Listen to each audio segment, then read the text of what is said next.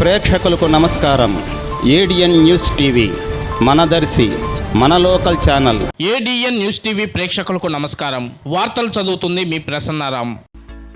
తాళ్ళూరు మండలం గుంటిగంగమ్మ గుడిలో కుటుంబ సభ్యులతో కలిసి పూజా కార్యక్రమాల్లో పాల్గొన్న దర్శి నియోజకవర్గ YSR Congress party in-charge doctor Buchepalli Sivaprasad Reddy మరియు జిల్లా పరిషత్ చైర్పర్సన్ శ్రీమతి బుచ్చెపల్లి వెంకయ్యమ్మ.